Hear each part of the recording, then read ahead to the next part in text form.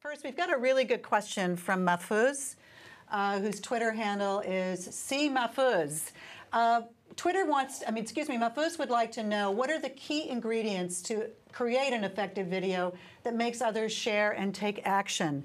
Doug. Sure, I think some of the key measures are making sure that it's human, it's relatable, and what we've found is there are only two reasons that people will watch video online. It's different, as Mike was referring to, in a captive situation when you're watching a TV show, though increasingly people now turn away from the commercials, and that's they want to be informed or they want to be entertained. And we haven't been able to come up with a third reason why people watch video online. I'd love it if someone could tweet about that and give us a different answer. So the key is, are you informing a group or are you entertaining them? And I think when we get to the talk to ROI, if it's okay to go back to what Mike was saying absolutely. about choice-based, I think there's a piece, when you've got a terrific budget, you can easily look after the fact, monitor all these different levels, monitor the impact and effect your content is having almost in real time.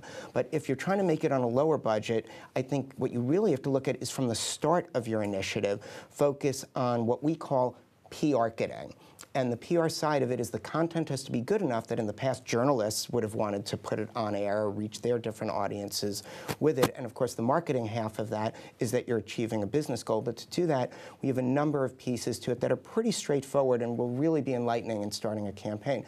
The first key thing is identifying what's the behavior that you're trying to change.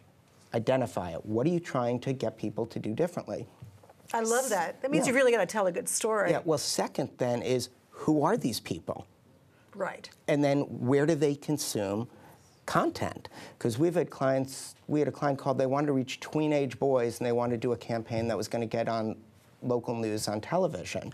And I happen to have two teenagers myself, and the one thing I know in the morning, if they've got TV, it's ESPN. They're not watching. So why would you do a campaign trying to change their behavior when they're not going to be there? So you've got to find out where they're going to be.